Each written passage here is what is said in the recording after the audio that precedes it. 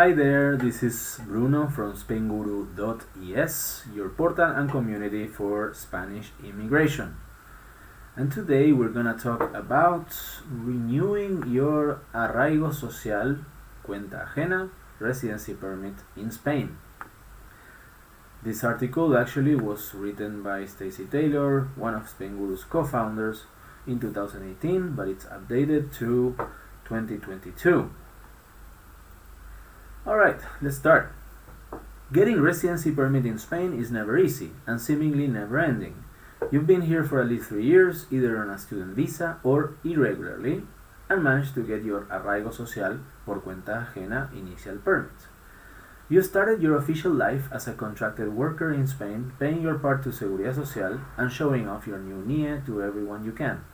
Then all of a sudden, another year has almost passed and you are reminded that you have to do more trámites in order to renew again. Trámites is procedures in Spain. You are nervous and a bit stressed by it all, especially since the initial process was so daunting but take it from those of us who have been through it. Take a deep breath and know that the renewal process for Arraigo Social, cuenta ajena, is nothing compared to the initial process found in our previous article here in Spainguru. You can find the link of the article in the blog post and in the video description below. When it comes to receiving and renewing your residency through Arraigo Social, it should be noted that they are technically considered in Spanish autorización de residencia temporal y trabajo por cuenta ajena, meaning they are temporary, which essentially means that renewals are inevitable. The process goes in this order. After your first year, you'll need to renew. Consider your first renewal. 2 years after your first renewal, you'll need to renew again, which is considered your second renewal. 2 years after your second renewal, you'll need to renew again. Since you've been on a temporary residency permit for 5 years, you can now apply for a larga duración, 5 years residency permit in Spain. We will call this here your first larga duración renewal. I know you might be thinking, how will I know when I'm supposed to renew or not? Luckily, the Extranjería office will usually mail you a letter to your home a month before your expiration date, the valid until date on your NIE card, as a kind reminder.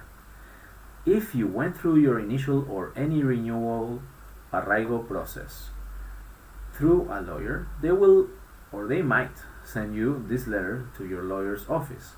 If on your X03 form you stated that notifications should be sent to a specific address, it is always important to make sure your mailing address is up to date with Extranjería.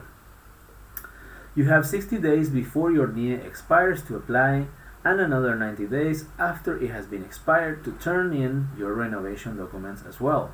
So they are quite generous with regards to the timeline for presenting your renovation forms. Renewal requirements. Do you make the cut? You cannot be a citizen of the European Union, you cannot have a criminal record in Spain, you cannot be on the no entry to Spain list.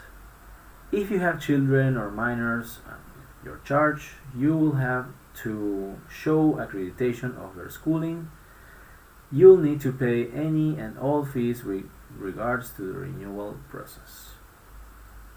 Important. You'll need to prove one of these situations regarding your employment status at the time of the renewal. That you've continued to be contracted by the initial employer whose contract provided you your initial Arraigo Social authorization. If you only worked for at least 6 months out of the year, that at the time you're applying for renewal that you have a new contract and are either already de alta or that you'll be de alta at the time that your renewal is approved.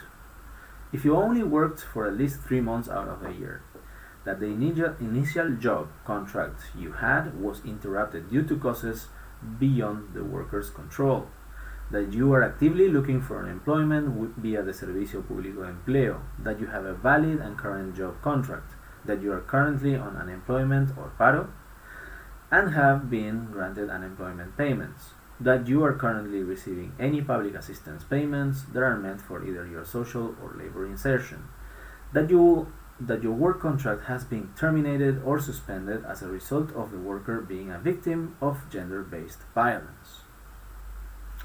You've been working and de alta in Seguridad Social for a period of 9 months, out of a period of 12 months, or 18 months, out of a period of 24 months, provided that the last work contract was interrupted due to causes beyond the worker's control, that you've been actively looking for employment, that the spouse or domestic partner or pareja de hecho of the worker has sufficient economic funds to provide regrouping for the worker.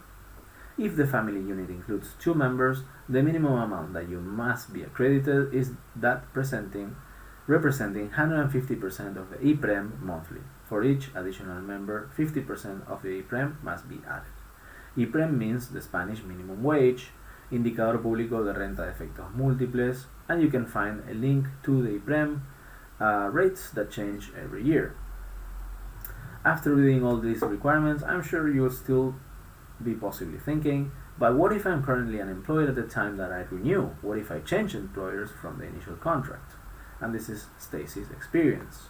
From my own personal experience, I've been in both situations and I was renewed each time. If you're unemployed, make sure you're signed up at your local Oficina de Empleo, or SEPE, Servicio Público de Empleo Estatal, also sometimes known as INEM by the Spaniards, which is the former unemployment agency name prior to 2009, because they can put you inside their database, allowing you to access job offers sent to the state. I think of it as a public version of InfoJobs or Indeed. It also puts you on a sort of waiting list and is an official form of proving that you've been or currently are actively looking for work.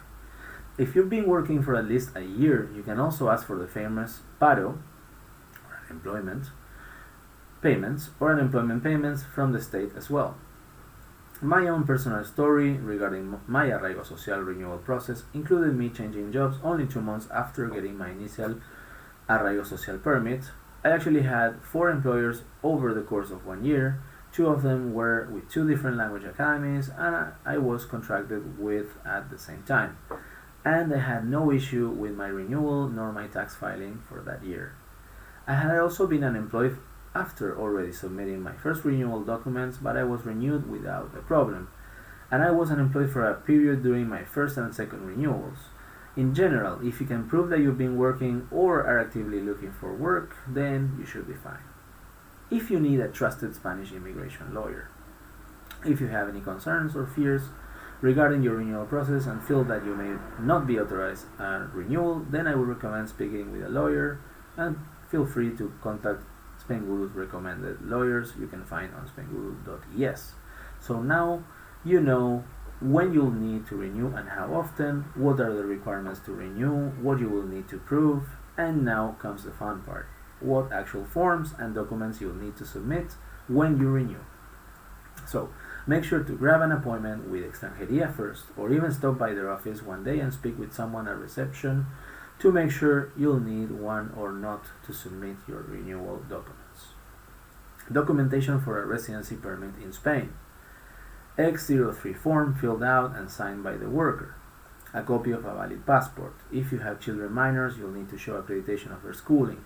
If you continue working under the same contract that gave you your initial Arraigo Social authorization, then you don't need to submit any extra documentation, as it will state who your employer is on the X03 form.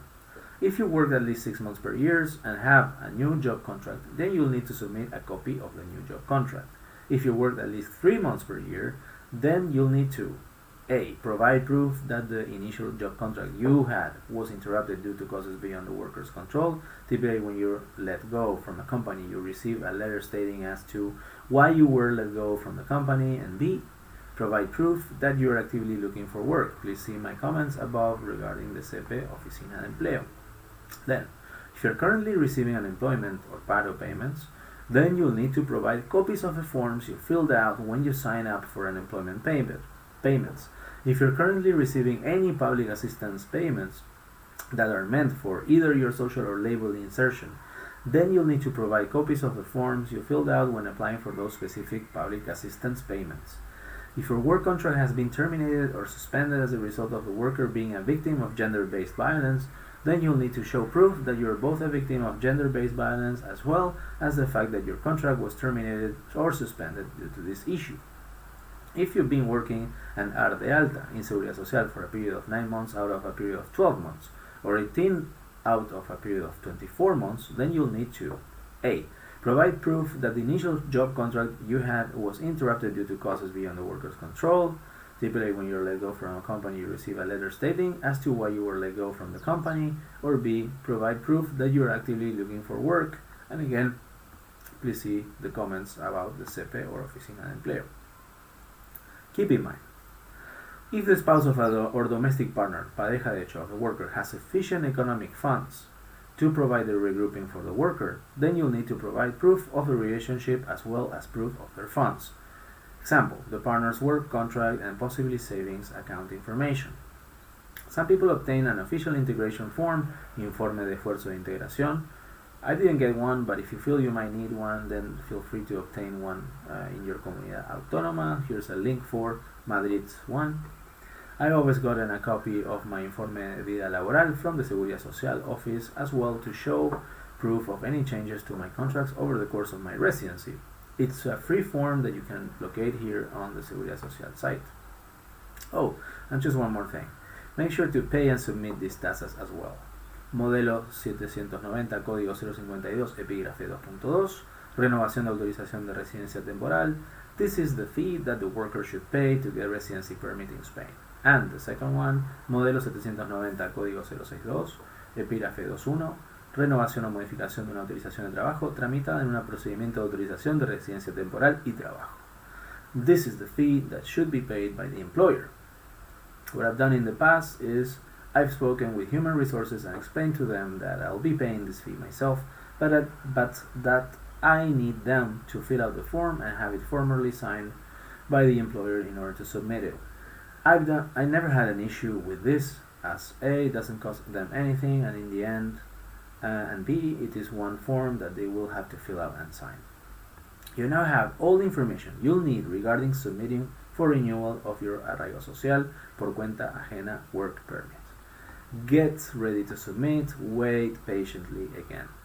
1 year I waited 2 weeks before getting approved, and another year I got approved in 2 months. Either way, you're still legal and able to work even while en trámite, or while the process is going on. Get ready to go through the process or getting a new NIE card after each renewal is approved, and feel free to share each new NIE just as much as and as proudly as you did with your initial one. Time will fly, and before you know it, you'll have your very own permanent residency permit in Spain, and constantly renewing will be a thing of the past. Of course, best of luck, and remember you can find all relevant information in Spanish located in the link on the article. This article was by Stacy Taylor, co-founder of Spainguru. Please keep in mind that all the information provided in this video and article are based on personal experience and internet research, so it should not be considered legal advice. If you're seeking for expert legal advice, you can go to spainguru.es and find consultations for legal experts, tax experts, and you can find other partners for health insurances, loan translations, relocation services, etc., etc. You can also join our biggest Facebook group with nearly 16,000 members as of November 2022. This is Spain Immigration and Residency Questions, where you can ask any questions you like related to immigration issues, and our community members will do their best to answer. You can also ask the questions anonymously if you don't want to show your name. You can also join today our newsletter. It is a weekly newsletter sent on Mondays with all the top discussions in our Facebook groups community, and also blog posts and news, etc., etc. Alright, that's all for now. Thank you so much for watching. Please subscribe if you like the videos. Please like the videos. Please press the bell button to receive notification when we upload a new video. Thank you so much. This is Bruno from Spainguru. Have a wonderful day. Goodbye.